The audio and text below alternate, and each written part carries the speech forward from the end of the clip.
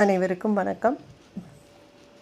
புதினங்களின் தோற்றமும் வளர்ச்சியும் எனும் குறித்த இப்பதிவில் 2 பகுதிகளுக்கு அடுத்தபடியாக 3வது இப்பதிவில் புதினங்களின் வகைகள் மற்றும் புதின இலக்கியம் இன்றைய சூழலில் எவ்வாறு உள்ளது என்பது குறித்த செய்திகளை காணலாம்.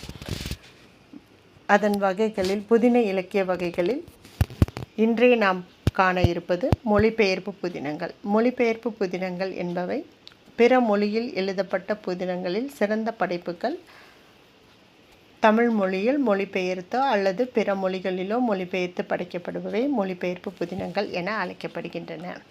அடுத்ததாக தழுவல் புதினங்கள் என்று பார்க்கும்போது ஒரு மொழியில் அமைந்துள்ள புதினத்தை அடிப்படையாக கொண்டு அதே பாணியில் அவரவர் மொழியில் படைக்கப்படுவது தழுவல் புதினங்கள் ஆகும். மொழிபெயர்ப்பு புதினங்களுக்கும் தழுவல் புதினங்களுக்கும் சிற்சில வேறுபாடுகள் உள்ளன. ஆக அம்மொழியை அடியொற்றி அமைக்கப்படுபவை தழுவல் புதினங்கள் ஆகும். அடுத்ததாக தொடர்கதை புதினங்கள் ஒரே மூச்சில் படித்து முடிக்க முடியாமல் தொடர்ந்து வரக்கூடிய பகுதிகளாக, அதாவது சிறு சிறு பகுதிகளாக பிரிக்கப்பட்டு படைக்கப்படுபவை தொடர்கதை புதினங்கள் என அழைக்கப்படுகின்றன. அடுத்ததாக குறுப்புதினங்கள் என்று நோக்கும்போது குறைந்த அளவு கதாபாத்திரங்கள் மற்றும் கதை பின்னணி மற்றும் சமூகம் சார்ந்த சிக்கல்கள் ஏதோ ஒரு கதைக்கருவை அடிப்படையாக கொண்டு படைக்கப்படுபவை குறும்புதினங்கள் என அழைக்கப்படுகின்றன. அடுத்ததாக வட்டார புதினங்கள் என்று நோக்கும்போது ஒரு குறிப்பிட்ட பகுதியில் அமைந்துள்ள மக்களின் வாழ்வியல் முறை, பண்பாட்டு முறைகள், அவர்கள் சார்ந்த தொழில் முறைகள் மற்றும் மக்களின் வாழ்வாதார நிலைகள் ஆகியன குறித்து பேசப்படுபவை வட்டார புதினங்கள் ஆகும். அந்தந்த பகுதியில் பேசப்படுகின்ற மொழி வழக்கு அதன் சிறந்த இடத்தை ஆக்கிரமித்து கொள்கின்றன. இவ்வாறு ஒரு மொழியினை, அதாவது ஒரு குறிப்பிட்ட பகுதியினை மையமாக கொண்டு படைக்கப்படும் மொழி சார்ந்த புதினங்கள் வட்டார புதினங்கள் என அழைக்கப்படுகின்றன. வட்டார புதினங்களில் குறிப்பிடத்தக்க புதினமாக அறியப்படுபவை சூரியகாந்தன் அவர்கள் இயற்றிய மானாவாரி மனிதர்கள் எனும் புதினமானது கொங்கு மண்டல வட்டார மக்களின் வாழ்வியலை பற்றி பேசக்கூடிய புதினமாக அறியப்படுகின்றது. இதுபோல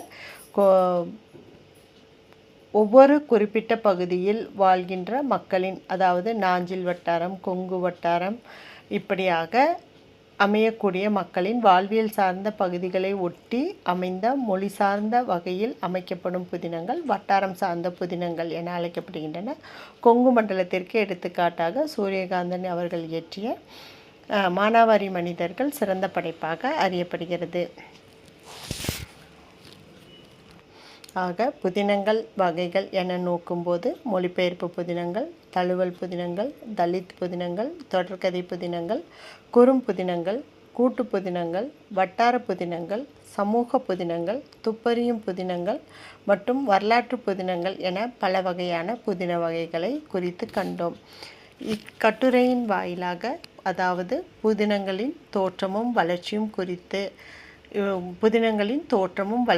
குறித்த என்னும் இப்பதிவின் வாயிலாக புதின இலக்கிய தகவல்கள், அதாவது புதின இலக்கிய தோன்றிய காலம், தோன்றப்பட்ட காலகட்டம், அதன் வளர்ச்சி மற்றும் மேலை நாடுகளில் இருந்து எவ்வாறாக இந்தியா மற்றும் தமிழகத்தில் அதன் ஆளுமை மற்றும் புதினங்களின் வகைகள், அது மட்டுமல்லாது அதன் படைப்பாளர்கள் குறித்த செய்திகளை கண்டோம்.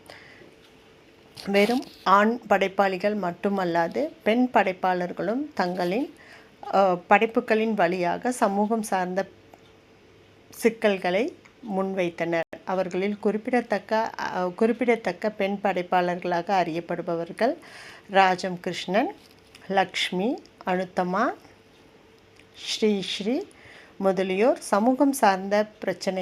சமூகம் சார்ந்த சிக்கல்களை தங்களது படைப்புகளின் வழியாக வெளிப்படுத்தினர்.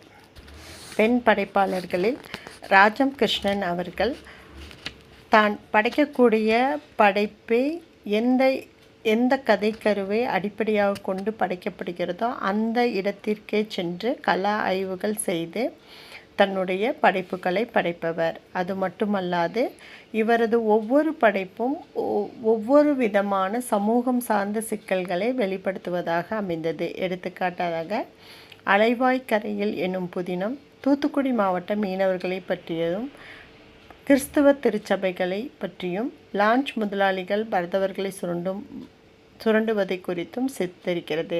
கருப்பு மணிகள் தூத்துக்குடி உப்பள